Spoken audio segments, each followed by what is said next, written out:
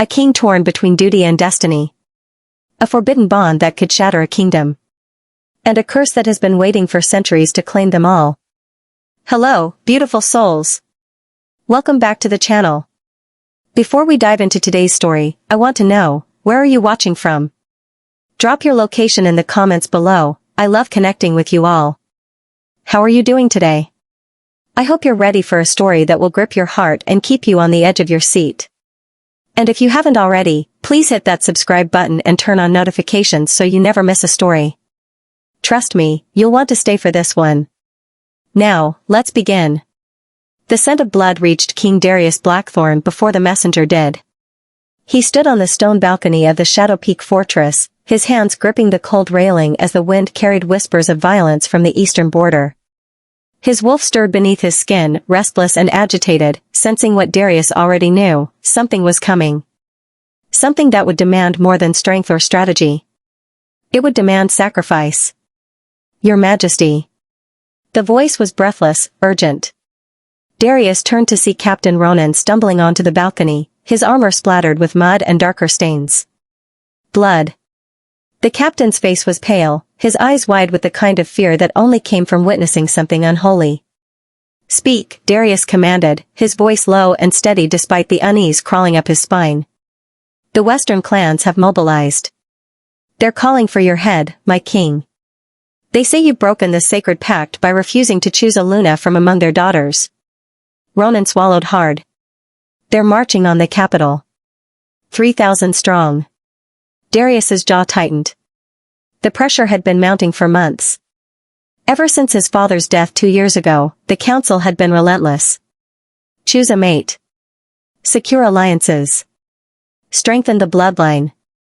It was the same song, over and over, sung by wolves who cared more about politics than the future of their kind. But Darius had refused. Not because he was reckless, but because every highborn female paraded before him felt wrong. Empty. Like placing a crown on a mannequin and calling it a queen. How long do we have? Darius asked. 4 days. Maybe 5 if the rains slow them. 4 days to make a choice that would define his reign. 4 days to decide between war and a loveless bond. Double the guard at every gate. Recall the Northern Patrol. I want every able-bodied wolf within these walls by dawn. Darius's eyes glowed amber in the fading light. And summon the council. It's time we end this game.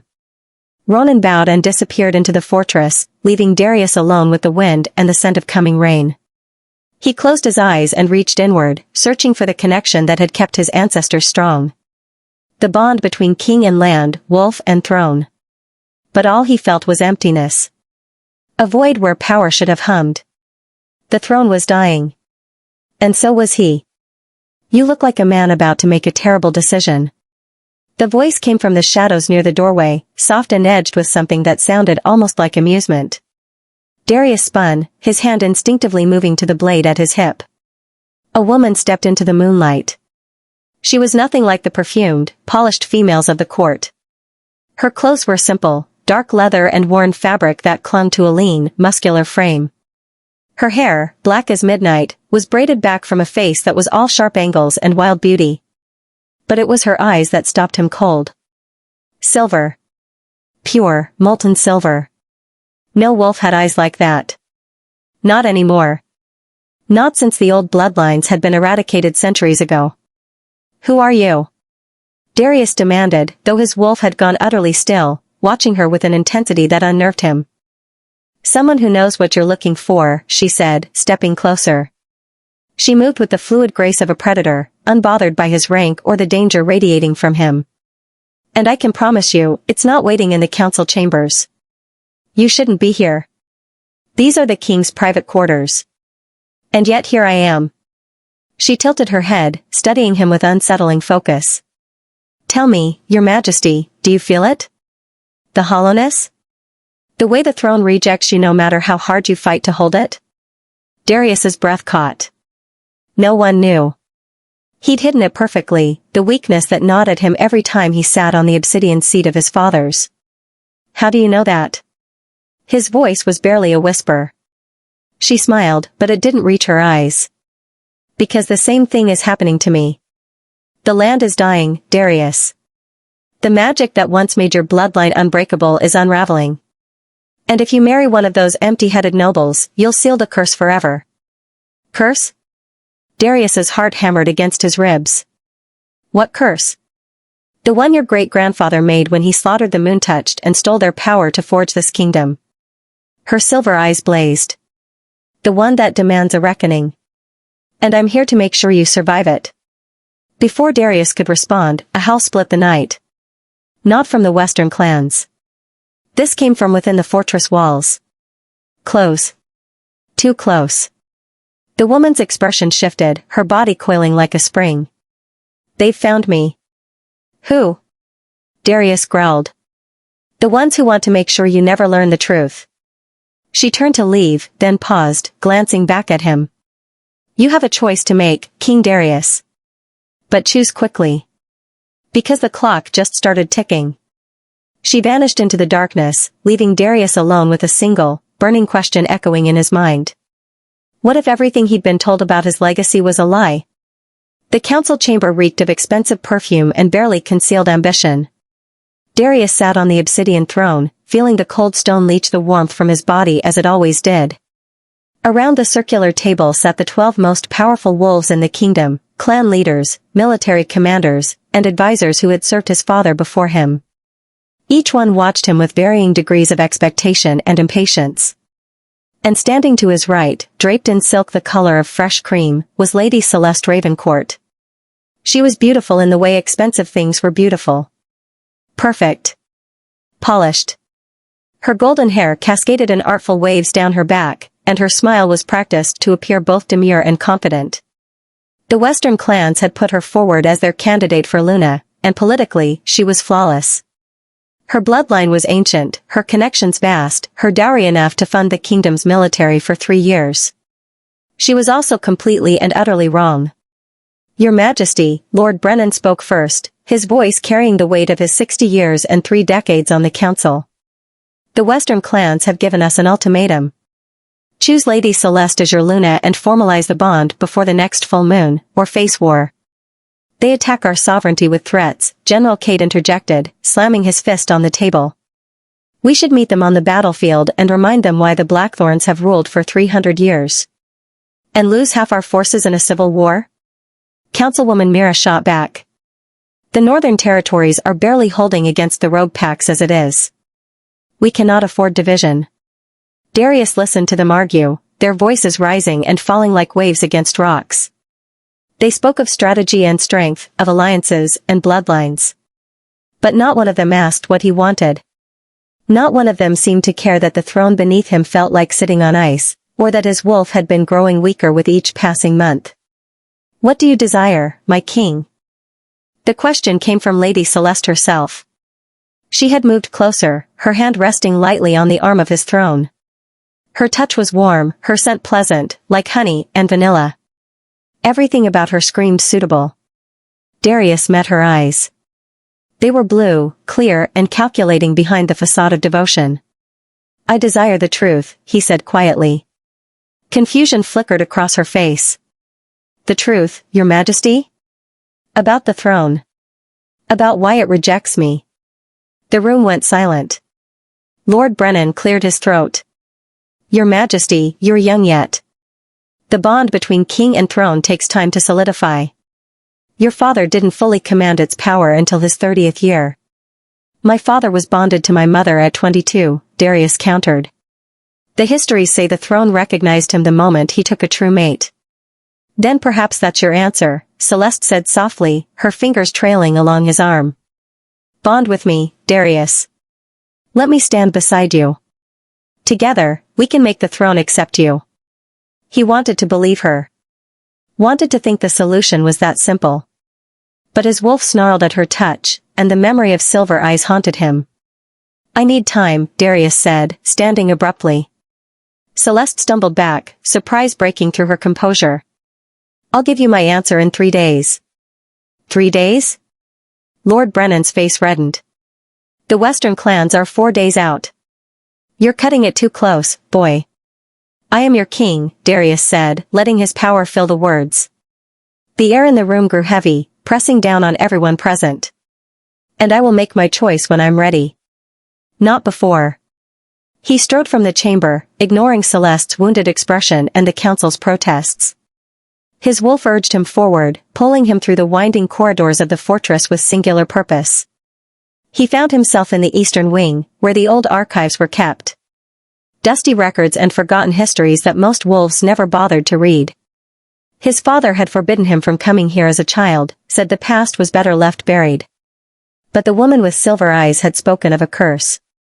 Of moon-touched wolves and stolen power. Darius needed answers. The archive keeper, an ancient wolf named Thaddeus, looked up from his desk with rheumy eyes. Your Majesty. This is unexpected. I need everything you have on the moon-touched, Darius said. And the founding of House Blackthorn. Thaddeus's expression shuddered. Those records were sealed by your great-grandfather, my king. Only the ruling monarch can access them. Then unseal them. I'm ordering you. The old wolf hesitated, then slowly rose from his chair. He moved to a locked cabinet in the corner, his hands trembling as he produced an ornate key. Your father made me swear never to show these to anyone. He said they contained dangerous knowledge. My father is dead, Darius said, not unkindly. And I need to know what he was so afraid of. Thaddeus unlocked the cabinet and withdrew a single leather-bound journal. The cover was worn, the pages yellowed with age. He handed it to Darius with both hands, like passing over something sacred and terrible. This was written by Alaric Blackthorn. Your great-grandfather. The first true Alpha King. Thaddeus's voice dropped to a whisper. He wrote it the night before he died. Some say it was a confession. Others call it a warning. Darius opened the journal. The handwriting was cramped, frantic, as though the writer had been racing against time itself. The first line made his blood run cold. I have damned us all for power. The moon-touched showed me mercy, and I repaid them with genocide. Now their curse runs through my son's veins, and his sons after him. Every Blackthorn king will feel the throne's rejection until one is brave enough to break the cycle. But breaking it requires sacrifice. It requires loving what we were taught to destroy. Darius's hands shook as he read on, each word confirming what the silver-eyed woman had said. His power, his throne, his entire legacy was built on slaughter and stolen magic. And a price was still being paid. Who is she? Darius asked suddenly, looking up at Thaddeus. The woman with silver eyes. The old wolf's face went pale. Silver eyes? That's impossible. The moon-touched are extinct. Are they? Thaddeus said nothing, but his silence spoke volumes. Darius closed the journal and tucked it under his arm. Find her.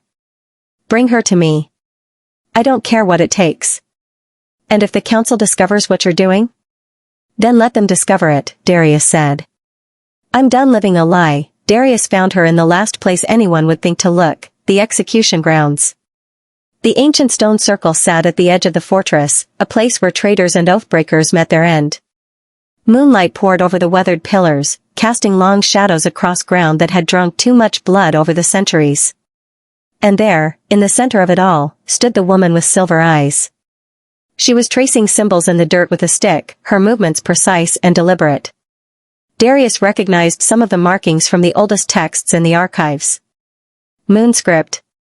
The language of the wolves his great-grandfather had slaughtered. You're either very brave or very foolish, Darius said, stepping into the circle. Coming here. Staying here. She didn't look up. Maybe I'm both. My guards are searching the entire fortress for you. They have orders to bring you to me alive. He moved closer, his wolf alert and strangely calm in her presence. You made quite an impression, breaking into the king's private quarters. I didn't break in. The fortress let me in. She finally met his gaze, and again he felt that jolt of recognition, as though his soul knew her even if his mind didn't. Old magic still runs through these stones. It remembers what was stolen. Who was stolen from? The moon touched. Yes. She stood, brushing dirt from her hands. I'm surprised you figured it out so quickly. Most Blackthorns spend their entire reign in denial. I read my great-grandfather's journal. His confession. Darius held up the leather-bound book.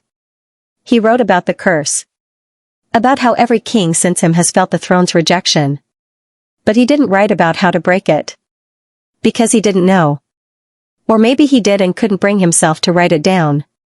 She walked toward him, each step measured and purposeful.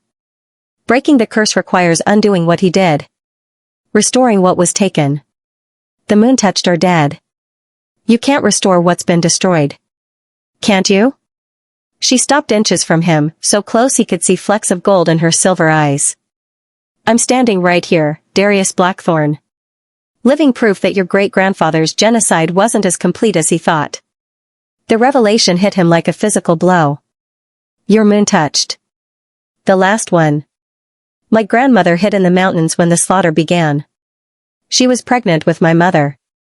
They lived in secret, passing down our gifts, waiting for the day when a Blackthorn king would finally be worthy of the truth. Her voice softened. My name is Lyra. And I've been watching you for 3 years. 3 years? Darius's mind raced. Why? What do you want from me? The same thing you want. To break the curse. To save your people before the throne's rejection kills you. She reached out, her fingers hovering over his chest where his heart thundered. You feel it, don't you? The way your strength is fading? In another year, maybe 2, you'll be too weak to shift. And then your enemies will tear you apart. He wanted to deny it, but she was right. Every shift was harder than the last. Every command of his power felt like dragging it from a well that was running dry. What do I have to do? He asked. Bond with me. The words hung between them like a thunderclap. That's impossible, Darius said, though his wolf surged with sudden, fierce want. You're an outcast. Unknown. The council would never accept it. The Western clans would see it as an insult and attack anyway. I know. Lyra's expression was grave. Choosing me means war. Means betraying every political alliance your father built. Means risking everything on faith and a centuries-old curse that most wolves don't even believe exists. She paused. But it's also the only way to save your throne and your life. And if I choose Lady Celeste? Secure the alliances, avoid the war? Then you'll live a few more years as a hollow king, the throne will continue to reject you, and when you finally die, the curse will pass to your son. And his son. Forever. Lyra's voice was soft but unyielding. The cycle will never break. Your bloodline will never be free. Darius turned away, his hands clenching into fists. This wasn't a choice. It was a trap with no good options. Marry Celeste and doom his descendants. Choose Lyra and plunge the kingdom into civil war. Why should I trust you? He asked without looking at her. You're a stranger. For all I know, this could be an elaborate scheme to destabilize my rule. You shouldn't trust me, Lyra said. You should trust this. She moved in front of him and took his hand, pressing it flat against her chest. The moment their skin connected, power exploded through him. Not the cold, distant strength of the throne, but something wild and ancient and right. His wolf held in recognition, and the emptiness he'd carried for 2 years suddenly filled with light. He could feel her heartbeat. Feel the magic thrumming beneath her skin. And deeper still, he felt the bond, the connection his great-grandfather had severed when he'd slaughtered her people. It was still there. Waiting. Aching to be restored. This is what the throne is missing, Lyra whispered. The balance. Your ancestors ruled through dominance alone, but true power comes from unity. Strength and magic. Warrior and mystic. Moon and shadow. Her eyes blazed silver. Choose me, Darius. Not because it's safe or easy, but because it's right. Before he could respond, a horn blared through the night. The warning signal. They both turned toward the fortress as shouts erupted from the walls. Torches blazed to life along the battlements, and Darius's enhanced hearing caught the words being yelled by the sentries. The Western clans. They're here. 3 days early. Darius's blood turned to ice. They weren't supposed to arrive for 4 more days. Someone told them you were wavering, Lyra said grimly. Someone who wants to force your hand before you can make a real choice. The council. Betrayal burned through him. They'd been manipulating this from the start. An explosion rocked the eastern wall. Screams followed, and the scent of smoke filled the air. Lyra grabbed his arm. You have to decide now, Darius. Right now. Choose the political match and maybe you can negotiate peace. Or choose me and fight for something bigger than politics. Darius looked at her, then at the fortress burning behind them, then back at her. His wolf had already made the choice. Had made it the moment she'd stepped into the moonlight. I choose you, he said. Consequences and all. Lyra's smile was fierce and wild. Then let's go save your kingdom. They ran toward the flames together, and Darius knew with absolute certainty that nothing would ever be the same. The fortress was chaos. Wolves scattered in every direction as sections of the eastern wall crumbled under the western clan's assault. The attackers had brought siege weapons, battering rams and catapults that hurled flaming projectiles over the walls. They hadn't come to negotiate. They'd come to conquer. Darius shifted mid-run, his bones cracking and reforming as his wolf burst free. Beside him, Lyra's transformation was like watching moonlight take physical form. Her wolf was smaller than his but moved with otherworldly grace, her fur shimmering silver-white in the firelight. They reached the eastern courtyard where Captain Ronan was organizing the defense. The captain's eyes widened when he saw Lyra, but Darius's growl cut off any questions. Shift, Darius commanded through the mental link all pack wolves shared. Tell me what we're facing. Ronan shifted, his wolf form massive and scarred from years of battle. 3,000 is reported, but they have mages with them. Witch wolves from the Shadowfen territories. They're breaking our defensive wards faster than we can reinforce them. Witch wolves? Darius's mind reeled. Using magic wielders in warfare was forbidden by the ancient accords. The western clans were breaking every rule. They want you desperate, Lyra's voice entered his mind, startling him. Moon-touched could speak to any wolf, not just pack. Desperate enough to accept their terms without question.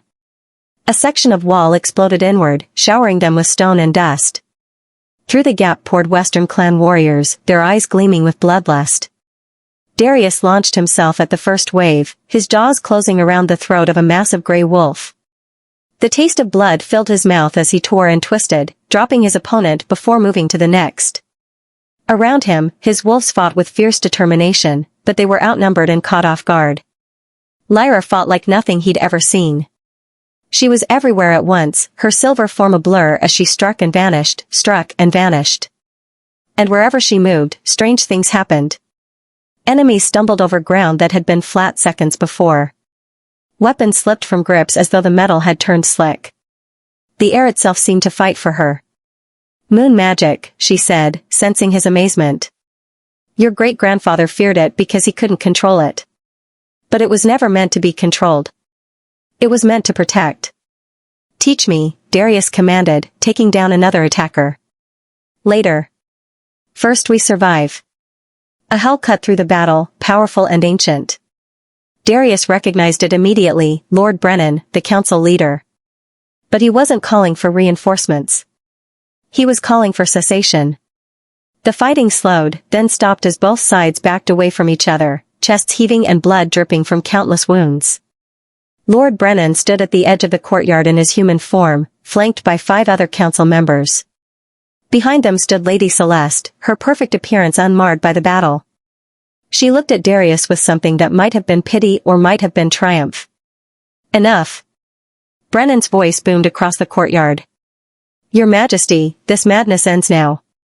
The Western clans have agreed to cease their attack if you honor the agreement and choose Lady Celeste as your Luna. Tonight. Before more of our people die needlessly.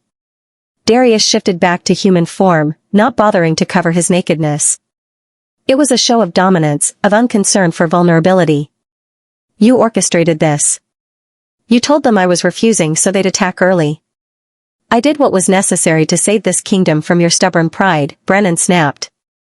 Your father would have made the smart choice immediately. He understood that personal feelings matter nothing compared to the survival of our people.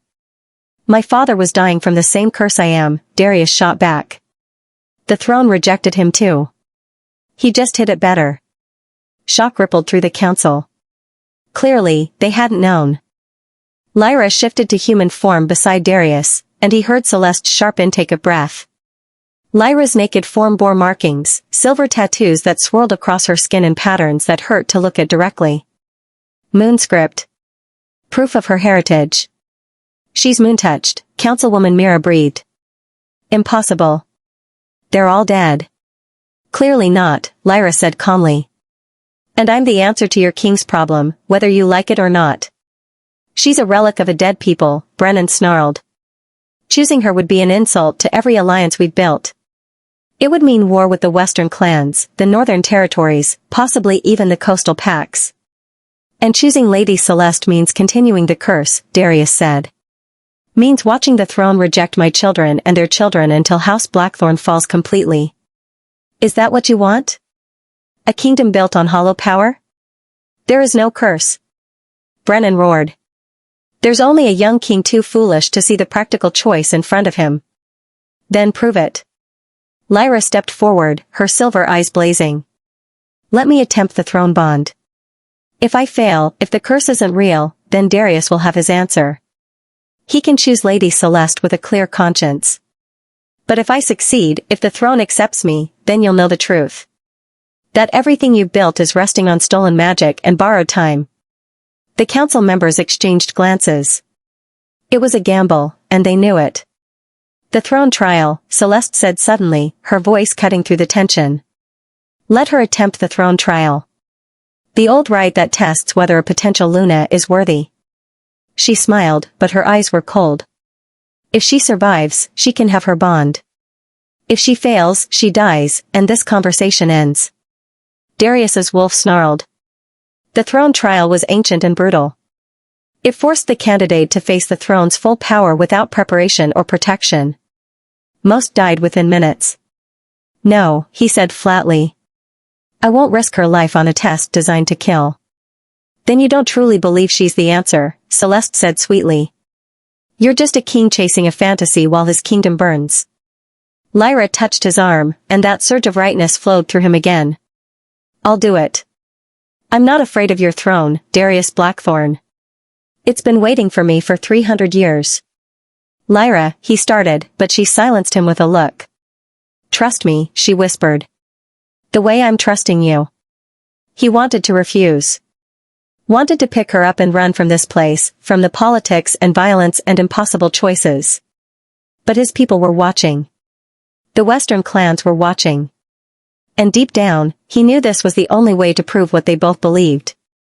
At dawn, he said, his voice hard as iron. She faces the trial at dawn. And if any of you interfere, I'll kill you myself. The throne room stood silent in the pre-dawn darkness.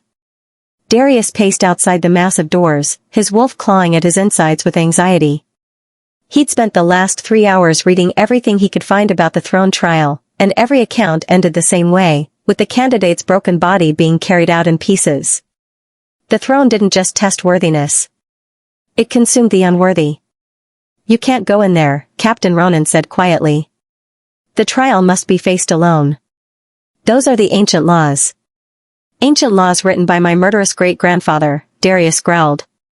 Forgive me if I don't trust his rules. If you interfere, the trial fails automatically. She dies anyway. Ronan placed a hand on his shoulder. I know this is hard, but you have to let her face it alone. Through the closed doors, Darius heard the first scream. His control shattered. He lunged for the entrance, but Ronan and 3 other guards held him back. Let me go. She's dying in there. The throne is testing her. Ronan shouted. Everyone screams during the trial. It tears through your mind, shows you your worst fears, forces you to confront everything you've ever hidden from. But she knew that going in. Another scream, this one more anguished than the last. Darius fought against the guards, but more arrived to restrain him. His wolf raged, demanding he protect his mate, his chosen, even though they hadn't completed the bond. The instinct was overwhelming, primal. Then the screaming stopped. Silence pressed down on them, thick and terrible. Darius's heart hammered against his ribs as seconds stretched into minutes. No sound came from within. Not a whisper. Not a breath. No, he breathed. No, no, no. The throne room doors exploded outward. Light poured from the opening, not the cold blue glow the throne usually emitted, but warm silver radiance that felt like moonlight made solid. And standing in the center of it, her body wreathed in power, was Lyra. But she wasn't alone.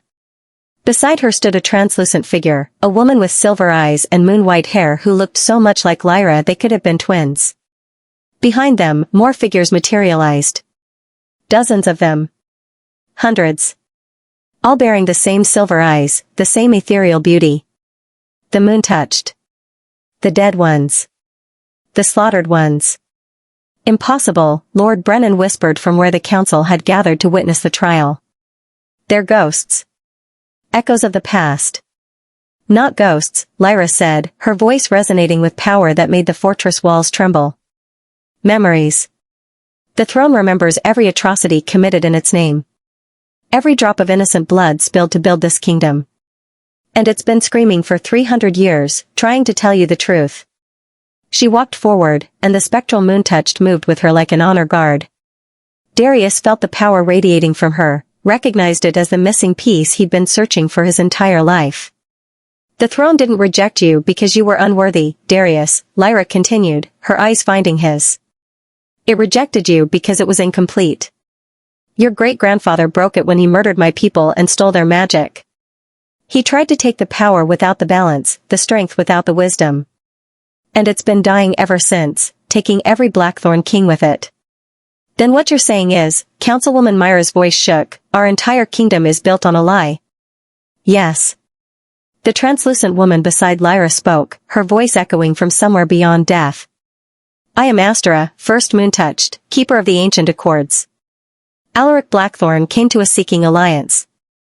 We offered him unity, a joining of our peoples that would have created the strongest kingdom the wolf world had ever seen.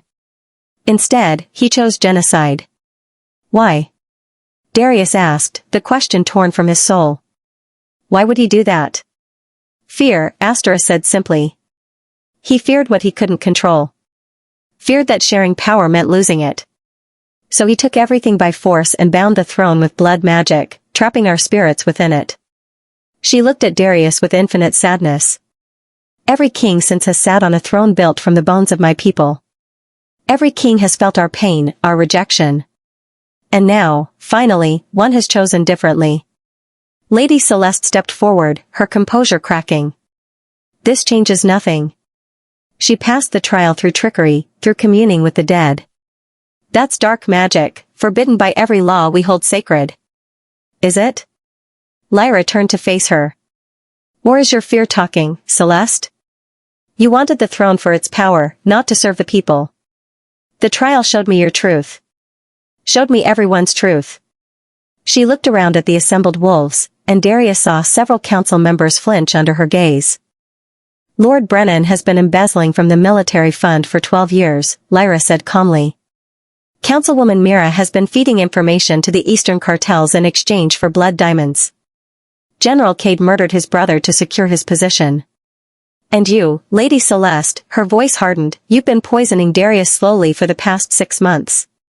Small doses of silver powder mixed into his wine. Enough to weaken him, to make him desperate enough to accept your offer. The courtyard erupted in chaos. Darius stared at Celeste, pieces clicking into place. His increasing weakness. The way she'd always insisted on serving his wine personally. The strange taste he'd attributed to stress. You tried to kill me, he said, his voice deadly quiet. Celeste's mask finally shattered.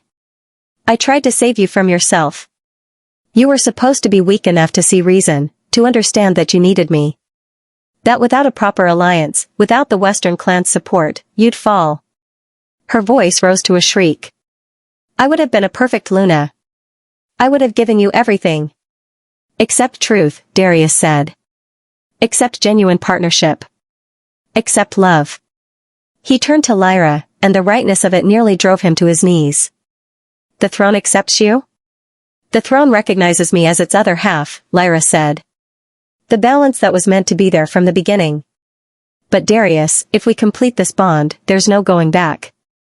War is coming. The Western clans won't accept this. Neither will half your council. We'll have to fight for every inch of peace we hope to build. I know. He closed the distance between them, taking her hands in his. And I'm ready. Around them, the ghostly moon touch began to fade, their purpose fulfilled. But before Asteroid disappeared completely, she smiled. Break the cycle, young king. Rewrite the story. And maybe, finally, we can rest. Darius pulled Lyra close, and when their lips met, the fortress blazed with silver light. The bond ignited like wildfire through Darius's veins. He gasped against Lyra's mouth as power surged between them, not the cold dominance of the throne alone, but something warm and ancient and whole. His wolf howled in triumph, recognizing its other half, and for the first time in his life, Darius felt complete. But the moment shattered when Lord Brennan's voice cut through the silver light. Seize them both. Guards rushed forward, but not his loyal ones. These were the crimson bands of the western clans around their arms. They'd been hidden among his own forces, waiting for this exact moment. Darius shifted instantly, placing himself between Lyra and the attackers. But there were too many, and they weren't trying to kill him. They were trying to separate them. The bond isn't complete yet. One of the western warriors shouted. If we separate them before the full moon rises, it'll break. He'll be weakened enough to accept proper terms. Hands grabbed Lyra, dragging her backward. She fought with savage grace, her silver magic lashing out and sending wolves flying. But more kept coming, overwhelming her with sheer numbers. Darius. Her mental voice was panicked. They're using binding chains. Iron and silver mixed, I can't break through. He tried to reach her, but a massive brown wolf slammed into his side. Then another. And another. They weren't trying to wound him, just restrain him, keep him from reaching his mate while others dragged her away. Through the chaos, Darius saw Lady Celeste standing beside Lord Brennan, her face twisted with vindictive satisfaction. Did you really think we'd let you throw away 300 years of carefully built power for some ghost-touched mongrel? Brennan called out. The Western clans and I came to an arrangement. You marry Celeste by sunrise, or the girl dies. Slowly. Publicly. And her death will break whatever delusions you have about curses and balance. Rage exploded through Darius. He threw off the wolves restraining him with strength born of desperation and lunged for Brennan's throat. But the old wolf was ready. He pulled a vial from his robes and threw it. The liquid inside splashed across Darius's face, burning like acid. He held in pain, stumbling back as his vision blurred. Wolfsbane oil mixed with silver dust. Not enough to kill an alpha, but enough to cripple him temporarily. Take her to the catacombs, Brennan ordered. Iron cells. Full restraints. And someone get the king to his chambers. He needs time to consider his options without distractions. No. Darius tried to fight as guards swarmed him, but the poison was spreading through his system. His strength fled, his wolf whimpering in pain and fury. Touch her and I'll kill every one of you. Empty threats from a weakened king, Celeste said, crouching beside him as his vision darkened. Don't worry, Darius. Once you accept reality, once you bond with me instead, all of this unpleasantness will be forgotten. I'll even let her live. Exile instead of execution.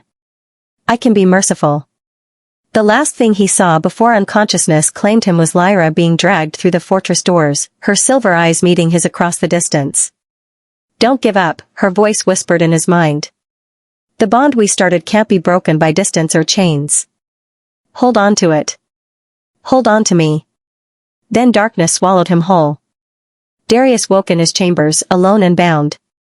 Heavy chains wrapped around his wrists and ankles, anchored to the walls. His head throbbed where the poison had burned him, and his wolf was barely responsive, weakened to near silence. Finally awake. Captain Ronan sat in the fortress corridors were eerily empty.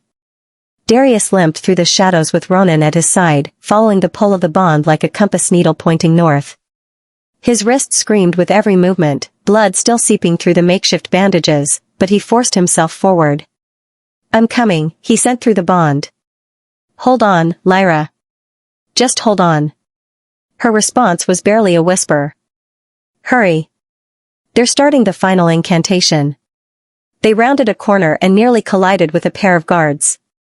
Before either could sound the alarm, Ronan's blade found the first one's throat while Darius took down the second with his bare hands, ignoring the agony as his torn wrists flexed and twisted. The catacombs are 3 levels down, Ronan gasped, pulling Darius toward a hidden stairwell. But they'll have the entire Western clan force guarding the ritual chamber. Then we go through them. There are 50 wolves down there, maybe more. We're too injured. Weakened. Ronan grabbed his arm. This is suicide, my king. I don't care. Darius's eyes blazed amber in the darkness. She's my mate. My other half. Without her, the throne dies. The kingdom dies. Everything dies. So either help me or get out of my way. Ronan stared at him for a long moment, then a slow smile crossed his battered face. Your father would have calculated the odds and retreated. Lived to fight another day. He drew his sword. I'm glad you're not him. They descended into the catacombs together. The ancient stone tunnels reeked of old death and newer blood. Torches flickered along the walls, casting dancing shadows that seemed to whisper warnings. Darius felt the bond pulling him deeper, past the cells where criminals had rotted for centuries, past the execution chambers where traitors had breathed their last. And then he heard the chanting. Multiple voices, rising and falling in a rhythm that made his wolf snarl with instinctive hatred. Dark magic. Blood magic. The kind his great-grandfather had used to slaughter the Moon-Touched and steal their power. They were trying to do it again. Darius burst through the final doorway into a massive chamber carved from black stone. In the center, surrounded by a circle of chanting wolves, lay Lyra. She was bound to a stone altar, her skin deathly pale, silver blood pooling beneath her. Lady Celeste stood over her with a ceremonial blade, cutting shallow lines across Lyra's arms and chest while collecting the blood in an obsidian bowl. Stop. Darius's voice boomed through the chamber. The chanting faltered. Heads turned. Lord Brennan stepped forward from the circle, his expression more annoyed than surprised. How predictable, he sighed. The lovesick king comes to rescue his doomed maiden. This isn't a fairy tale, boy. Guards, kill them both. 20 wolves rushed forward, and Darius met them with the fury of a king who had nothing left to lose. His injured wrists slowed him, weakened him, but rage was its own kind of strength. He tore through the first wave with teeth and claws, painting the stone floor red. Beside him, Ronan fought with the desperate skill of a soldier who knew he was already dead. They carved a path toward the altar, toward Lyra, even as more guards poured into the chamber. But there were too many. For every wolf they dropped, 2 more took its place. Darius felt his strength failing, felt the poison and blood loss catching up with him. A blade caught him across the ribs. Another opened a gash on his thigh. He stumbled, falling to one knee. Get up, Lyra's voice was stronger now, urgent. Darius, get up. I need you to trust me. I can't reach you, he sent back, despair creeping in as guards surrounded him. There are too many. You don't need to reach me. You need to complete the bond. How? We're separated. The ritual isn't finished. The bond doesn't need proximity. It needs commitment. Her mental voice filled with fierce certainty. Accept me, Darius. Fully. Completely. No reservations, no doubts. Accept me as your mate, your Luna, your equal. Speak the words of binding, and the bond will finish itself. But you're dying. Then give me a reason to live. Darius looked up at her across the chamber. Even bleeding and broken on that altar, she was magnificent. Silver eyes blazing with defiance, refusing to surrender even as Celeste's blade hovered over her heart. And he understood. The bond didn't need a ceremony or a full moon or witnesses. It needed truth. It needed choice. It needed 2 souls choosing each other despite everything trying to tear them apart. Darius stood, throwing off the guards restraining him with a surge of desperate strength. Blood poured from his wounds, but he didn't care. He locked eyes with Lyra across the impossible distance. I, Darius Blackthorn, Alpha King of Shadow Peak, choose you, Lyra of the Moon-Touched, as my mate and Luna, he shouted, his voice carrying ancient power. I bind my soul to yours, my strength to your wisdom, my future to our shared destiny. From this moment until the last star falls, you are mine and I am yours." The chamber went silent. Then Lyra spoke, her voice ringing clear despite her weakness. "I, Lyra, last of the Moon-touched, accept your bond, Darius Blackthorn. I bind my magic to your strength, my heart to your courage, my life to yours.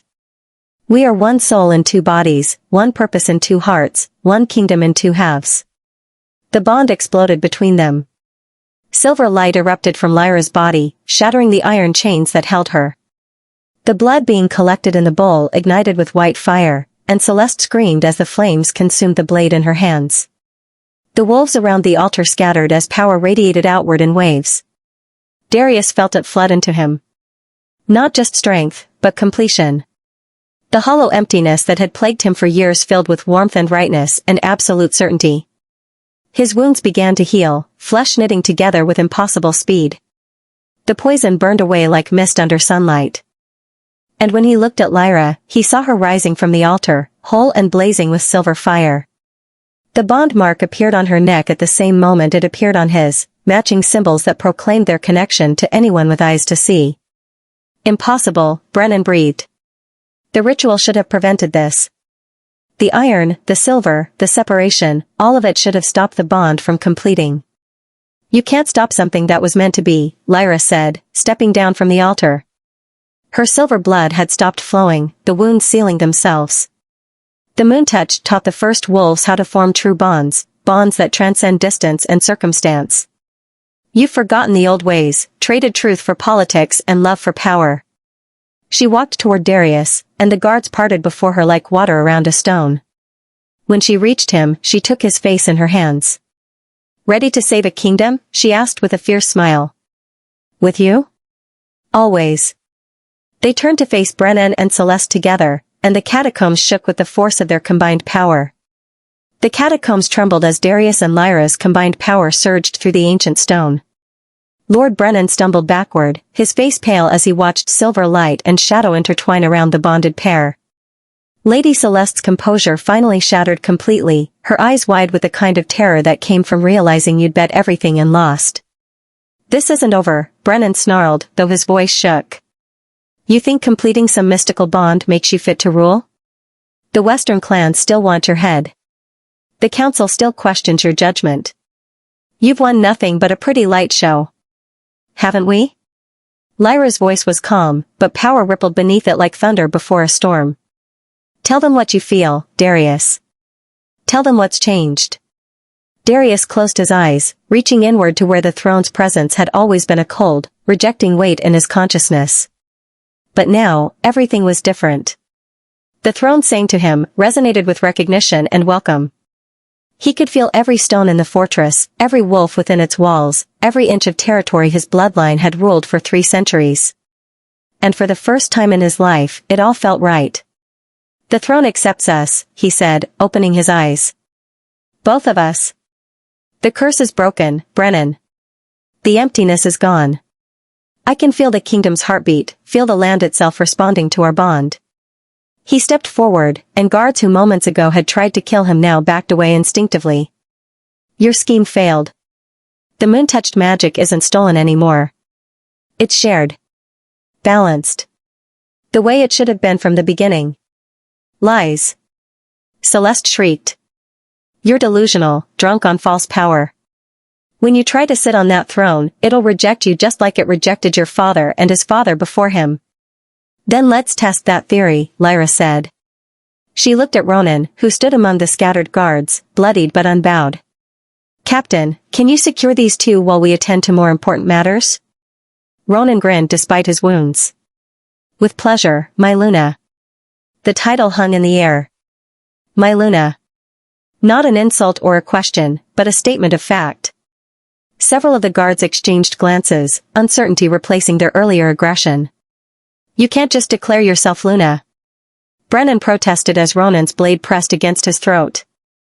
"The council must approve. The rituals must be observed. There are laws, procedures, centuries of tradition."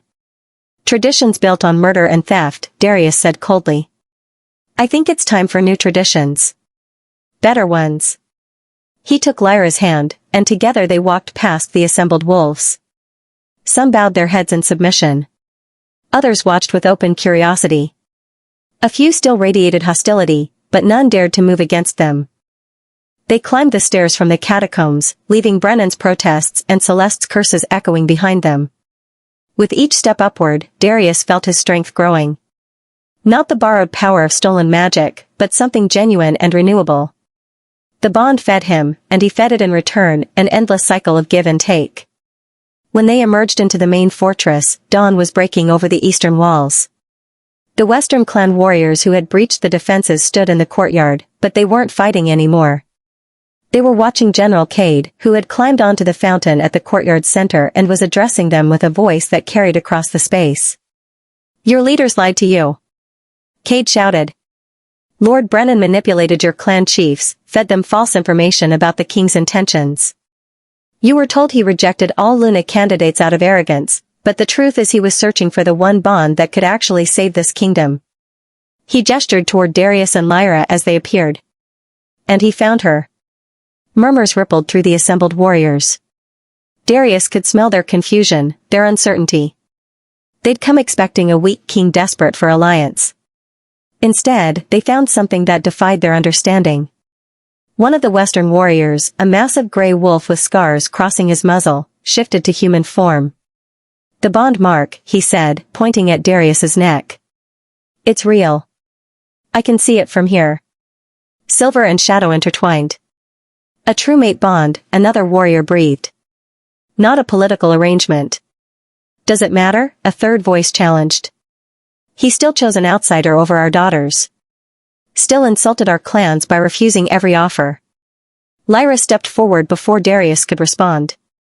"Your daughters deserved better than to be pawns in a political game," she said, her voice carrying that otherworldly resonance. "They deserved the chance to find true bonds of their own, not be forced into loveless matches for territory and influence. Would you really condemn them to the same hollow existence that's plagued every Blackthorn king for 300 years? The scarred warrior's expression shifted. "The curse. We heard rumors but thought them exaggerated." "They weren't," Darius said. "Every king since Alaric Blackthorn has felt the throne's rejection because the power sustaining it was stolen through genocide. The Moon-Touched offered alliance and unity. My great-grandfather chose slaughter instead. And every generation since has paid the price." He raised his voice so all could hear. "I won't lie to you. Choosing Lyra as my Luna means rejecting the old ways. It means building something new, something that honors the alliances we have while refusing to perpetuate systems built on fear and coercion. Some of you will hate that. Some will see it as weakness." He paused. "But I'm offering you something your children and grandchildren will thank you for. A kingdom where power comes from balance, not domination. Where bonds are chosen, not forced. Where tradition serves the people instead of enslaving them." Silence stretched across the courtyard. Then the scarred warrior knelt. "My alpha sent me here under false pretenses," he said. "If what you say is true, if Brennan manipulated our leadership, then we owe you an apology, not aggression." He looked up, his eyes serious. "But words are easy, Your Majesty. Prove the curse is broken. Prove the throne accepts you both. Then we'll consider your vision for the future." "Fair enough," Darius said. He looked at Lyra. "Ready?" "I've been ready for 300 years, she replied. They walked together through the fortress toward the throne room, wolves falling in behind them like a tide. The massive obsidian doors stood open, and beyond them, the throne waited. It looked different in the dawn light. Less menacing. Almost expectant. Darius approached it slowly, memories flooding through him.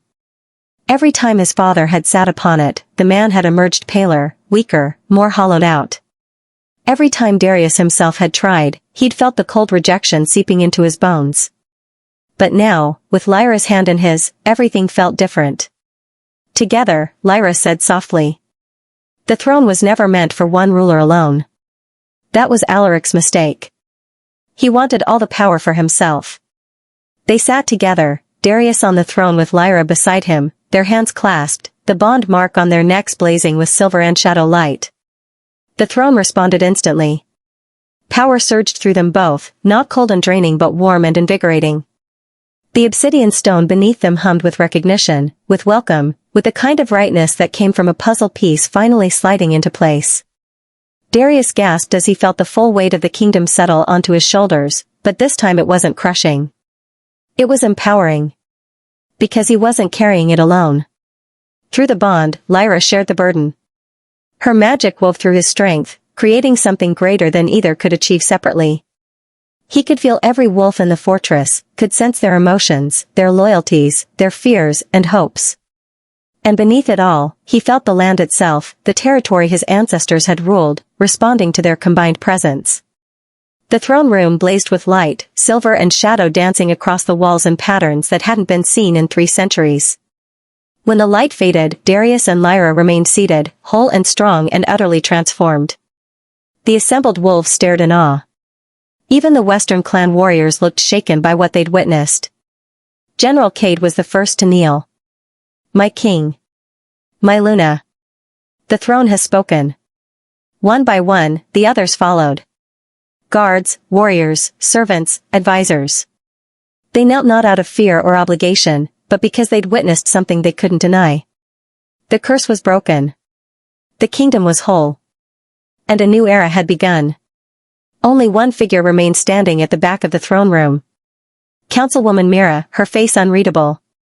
She'd been exposed for treason during Lyra's trial, but she hadn't fled or fought. She'd simply watched and waited. "You're wondering if I'll kneel," she said, her voice carrying across the silent room. "If I'll pretend loyalty and continue undermining you from within." "The thought had crossed my mind," Darius admitted. Mira smiled sadly. "I've done terrible things in service of what I thought was pragmatism. The girl was right to expose me. And you were right to choose love over politics." She walked forward slowly and knelt. "I offer you genuine loyalty now, your majesties. Not because I fear your power, but because I've seen what true leadership looks like. And I'm tired of serving corruption." Darius felt the truth of her words through the throne's connection. "Rise, councilwoman. You'll have a chance to prove those words. We're going to need experienced advisors to help rebuild what Brennan destroyed." "What about Brennan and Celeste?" Ronan asked, appearing in the doorway with both prisoners restrained. "They conspired to murder you, to steal moon-touched power through blood ritual, to start a war under false pretenses. The old laws demand execution." Darius looked at Lyra. Through their bond, he felt her conflict. The desire for justice warring with the understanding that more death wouldn't heal old wounds. "Exile," Lyra said finally. "Strip them of titles, lands, and pact connections. Send them beyond our borders with nothing but the clothes on their backs. Let them survive or fall by their own merits, without the power they craved so desperately." "Mercy?" Brennan spat. "You think exile is mercy?" "I think it's more than you deserve," Darius said coldly. "But we're building something new, and that starts with breaking the cycle of violence. You wanted power at any cost. Now you'll have nothing and learn what that cost truly means." He gestured to Ronan. "See it done. By sunset, I want them beyond our borders." As the former council leader and would-be Luna were dragged away, still protesting, Darius felt a weight lift from his shoulders. The scarred Western warrior approached the throne. "My alpha will want confirmation of what happened here. Proof that the old grievances are truly resolved." "Then invite your alpha to the coronation," Lyra said. "Let all the clans send representatives. Let them see what we're building and decide for themselves if they want to be part of it." The warrior bowed. "I'll carry your message. But know this, your majesties. Change frightens wolves. Some will fight against it simply because it's different." "Let them," Darius said. "We'll be ready." The throne room slowly emptied as wolves returned to their duties, tending wounded and beginning repairs. But Darius and Lyra remained seated, hands still clasped, feeling the kingdom's heartbeat pulsing through them both. "We did it," Darius whispered. "We did," Lyra agreed.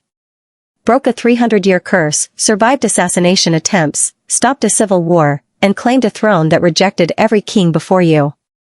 Our ancestors would be proud. Or horrified," she laughed. "Probably both." Darius pulled her closer, and she rested her head on his shoulder. Through their bond, he felt her exhaustion, her relief, her fierce joy. "What comes next?" he asked. "Now?" Lyra smiled. "Now we rebuild. Together. The way it should have been from the start." And as the sun rose fully over Shadow Peak Fortress, a new kingdom was born. 3 months later, the fortress looked nothing like it had on that bloody dawn. Darius stood on the same balcony where he'd first caught the scent of violence on the wind, but now the air carried different messages. The smell of fresh bread from the kitchens. The sound of children laughing in the courtyard below. The sight of banners from a dozen different territories flying side by side in the breeze. The coronation was tonight, and wolves from across the kingdom had gathered to witness it. "You're thinking too much again," Lyra's voice came from behind him. She wrapped her arms around his waist, her chin resting on his shoulder. "I can feel your mind racing through the bond. Can you blame me?" Darius turned in her embrace, taking in the sight of her. She wore a gown of silver silk that matched her eyes, and the bond mark on her neck had settled into an elegant pattern that looked almost like jewelry. "Tonight we make it official. Tonight I ask hundreds of wolves who were taught to fear and hate the Moontouch to accept one as their Luna." "And they will," Lyra said confidently. "Because they've seen what we can do together. Because they've felt the difference in the land, in the throne, in you." She touched his face gently. "You're stronger now than you ever were alone. Anyone with eyes can see it." She was right. The changes had been undeniable. The throne no longer drained him. His commands carried power that resonated through the pack bonds with crystal clarity. Even his wolf was stronger, more balanced, content in a way it had never been before. But it wasn't just about power. "The northern territories sent word this morning," Darius said. "The rogue packs that have been terrorizing their borders for years have stopped attacking. Apparently they can sense something different in the kingdom's energy. Something that makes them wary. Moon magic protecting the borders," Lyra explained. "It recognizes intent. Wolves coming in peace can pass freely, but those seeking violence find themselves inexplicably turned around, lost, unable to find their way forward." She smiled. "Your great-grandfather could have had this 300 years ago if he'd chosen alliance instead of genocide." "His loss is our gain," Darius said, pulling her closer. "Though I wish we hadn't had to fight so hard for it." A knock at the balcony door interrupted them. Captain Ronan entered, his armor polished to a mirror shine for the ceremony. His wounds from the battle had healed, leaving only a few new scars to add to his collection. "Your Majesties," he said with a slight bow. "The guests are beginning to arrive. The Western clans just sent word that their delegation is approaching the gates." Darius tensed slightly. The Western clans had been the hardest to convince. Their leaders had spent weeks debating whether to attend the coronation or declare Darius's rule illegitimate. The fact that they were coming at all was progress, but he knew tonight would be a test. "How many?" Lyra asked. 50 wolves, including Alpha Kendra herself." Ronan's expression was carefully neutral. "She's bringing her daughter, Alara. The one who was originally proposed as a Luna candidate." "This should be interesting," Darius muttered. "Be nice," Lyra said, though he felt her amusement through the bond. The poor girl probably spent months being told she'd be queen only to have it snatched away. "You're enjoying this too much." "Maybe a little." They made their way to the great hall where the ceremony would take place. The space had been transformed. Gone were the cold, austere decorations of his father's time. Now silver and shadow intertwined in the banners hanging from the rafters. Moon symbols and wolf emblems shared space on the walls. It was a visual representation of what they were building, unity between two peoples who should never have been separated. General Cade was overseeing the final preparations, his voice booming across the hall as he directed servants and guards. When he saw Darius and Lyra approaching, he broke into a genuine smile. "Your Majesties. Everything is ready.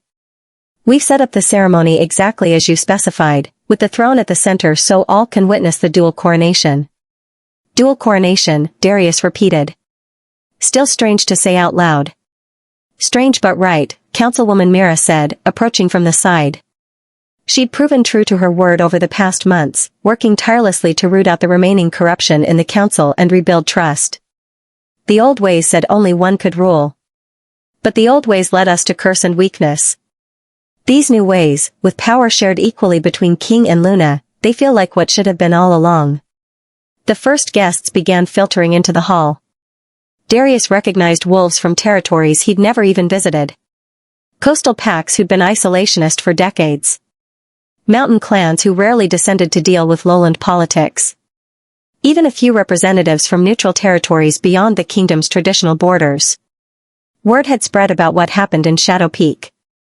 About a curse broken and a kingdom reborn. And wolves were curious. Then the Western delegation arrived. Alpha Kendra was a formidable woman, tall and commanding with steel-gray hair and eyes that missed nothing. Beside her walked her daughter Alara, a beautiful wolf with golden fur and a proud bearing. Darius braced himself for hostility, but what he saw in their expressions surprised him. It was respect. "Your Majesties," Kendra said, bowing her head slightly. Not a full bow of submission, but an acknowledgement of equals. "Thank you for the invitation. We come bearing gifts and goodwill." She gestured, and wolves from her delegation brought forward chests filled with precious metals, fine fabrics, and weapons of exquisite craftsmanship. "You honor us," Darius said carefully. "Though I admit I'm surprised. 3 months ago, your warriors were trying to breach our walls. 3 months ago, I was operating on false information provided by a traitor," Kendra replied bluntly. "Lord Brennan convinced me you were rejecting all Luna candidates out of arrogance and instability. He painted you as a weak king clinging to power you didn't deserve." She looked at Lyra. "He never mentioned you were searching for a true mate bond. Never mentioned the curse that plagued your bloodline. Had I known the full truth, I never would have sanctioned the attack." "And now?" Lyra asked. "Now I've seen the results." Kendra's expression softened slightly. "Our border disputes with the Northern Territories have been resolved peacefully for the first time in 20 years. Trade routes we thought permanently closed have reopened. And my scouts report that the very energy of the land feels different, healthier, more balanced." She paused. "Whatever you've done, it's working. And I'd rather be part of that than fight against it." Alara stepped forward, surprising everyone. "May I speak freely, your Majesties?" "Of course," Darius said. "I was groomed from childhood to be a political Luna," Alara said, her voice steady despite the attention focused on her. "Taught to smile and scheme, to advance my clan's interests through marriage and manipulation. When you rejected the match, I was humiliated." She smiled slightly. "And then I was relieved. Because watching you and Luna Lyra together, seeing the bond you share, made me realize I never wanted that kind of hollow arrangement. I want what you have. A true mate, chosen by the heart, not by politics." Lyra moved forward and took Alara's hands. "You'll find it," she said warmly. "And when you do, no one will be able to force you into something less." The gesture seemed to break whatever remaining ice existed between the delegations. Wolves began mingling, talking, even laughing. The tension that had gripped the hall slowly dissolved into something resembling celebration. As sunset approached, the ceremony began. Thaddeus, the ancient archive keeper, had been chosen to officiate. He stood before the throne with a book older than the kingdom itself, containing the original bonding rites from before Alaric's corruption. "We gathered tonight to witness a coronation," Thaddeus said, his reedy voice somehow carrying across the silent hall. "But more than that, we witness a restoration. 300 years ago, the Moon-Touched and the Shadow Wolves were meant to rule together, united in purpose and power. Tonight, we finally fulfill that promise." Darius and Lyra approached the throne together, hands clasped. The obsidian seat had been modified to accommodate 2 rulers, a physical representation of their shared power. "Darius Blackthorn," Thaddeus continued, "do you swear to rule with strength tempered by wisdom, to protect all wolves under your domain, and to share power equally with your bonded mate?" "I do," Darius said, his voice ringing clear. "Lyra of the Moon-Touched, last of your bloodline and first of a new legacy, do you swear to rule with wisdom tempered by strength, to honor the memories of those who came before, and to share power equally with your bonded mate?" "I do," Lyra replied, silver light dancing in her eyes. "Then by the authority of the ancient accords, by the power of the land itself, and by the witness of all gathered here, I pronounce you King and Luna of Shadow Peak. Joint rulers, equal partners, united in bond and purpose." Thaddeus placed a crown on Darius's head, simple obsidian forged in the old style. Then he placed a matching crown on Lyra's, but this one was different. Obsidian inlaid with silver, shadow and moon united. They sat together on the throne, and the response was immediate. The entire fortress blazed with light. Silver and shadow poured from the throne room, cascading through corridors and courtyards, flowing over walls and into the land beyond. Wolves gasped as they felt the surge of power, the undeniable confirmation that the throne recognized both rulers fully and completely. And then something even more remarkable happened. Throughout the fortress, on the necks of wolves who'd been waiting their whole lives, bond marks began to appear. Not the political marks of arranged marriages, but true mate marks. Wolves who'd been near their destined partners without knowing suddenly felt the pull, the recognition, the completion. It was as if the restoration of balance to the throne had rippled outward, awakening dormant bonds throughout the kingdom. Darius watched in awe as wolves throughout the hall found each other, drawn together by invisible threads. Even Alara gasped as a bond mark bloomed on her neck, her eyes finding a young wolf from the northern territories who wore a matching mark and looked equally stunned. "What's happening?" someone whispered.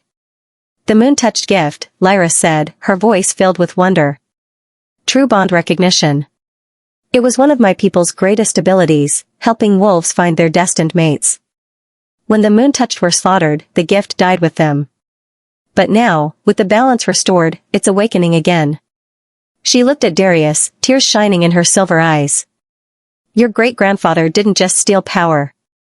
He stole the ability for wolves to find genuine love, forcing them into political arrangements and hollow bonds for 300 years. But that ends tonight."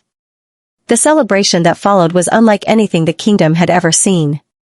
Wolves danced and feasted, new mate bonds celebrated alongside the coronation. Alpha Kendra formally pledged the Western clan's loyalty, followed by leaders from every other territory. One by one, they knelt before the throne, not out of fear or coercion, but out of genuine desire to be part of what was being built. As the moon rose full and bright over Shadow Peak, Darius pulled Lyra onto the balcony for a moment of quiet. "We did it," he said softly. "Really did it. Broke the curse, united the kingdom, gave wolves back the ability to find true mates." "We're just beginning," Lyra replied, leaning into him. "There's still so much to rebuild, so many wounds to heal. Some wolves will never accept the changes. Some will fight against this new way until their dying breath." "Let them," Darius said, feeling absolutely certain for the first time in his life. "We have something they don't. We have truth. We have balance. We have love." He turned her to face him, their bond marks glowing softly in the moonlight. "And we have each other." She kissed him then, deep and thorough, a kiss that held all the promise of the future they were building together. When they finally pulled apart, Lyra smiled. "So, Your Majesty, what's our first official act as joint rulers?" Darius thought about it, then grinned. "I think we should rewrite the histories. Tell the truth about Alaric, about the moon-touched, about everything that really happened. Make sure future generations know the cost of choosing power over partnership." "Perfect," Lyra agreed. "And then?" "And then we live," Darius said simply. "We rule together, love together, build something worthy of the sacrifices that brought us here. We make sure that no wolf ever again has to choose between duty and their heart." Below them, the celebration continued. Newly bonded mates discovered each other. Old enemies began the slow work of becoming allies. And at the center of it all, the throne hummed with contentment, finally whole after 3 centuries of fractured existence. The Alpha King had made his choice. And in choosing love over power, partnership over dominance, and truth over tradition, he'd saved not just himself, but an entire kingdom. The curse was broken. The cycle ended. And a new story was just beginning. As Darius held Lyra close under the moonlight, both of them crowned and bonded and complete, he knew with absolute certainty that they would face whatever came next together. And that made all the difference. Thank you so much for watching this story unfold. I hope you enjoyed the Alpha King's choice as much as I enjoyed sharing it with you.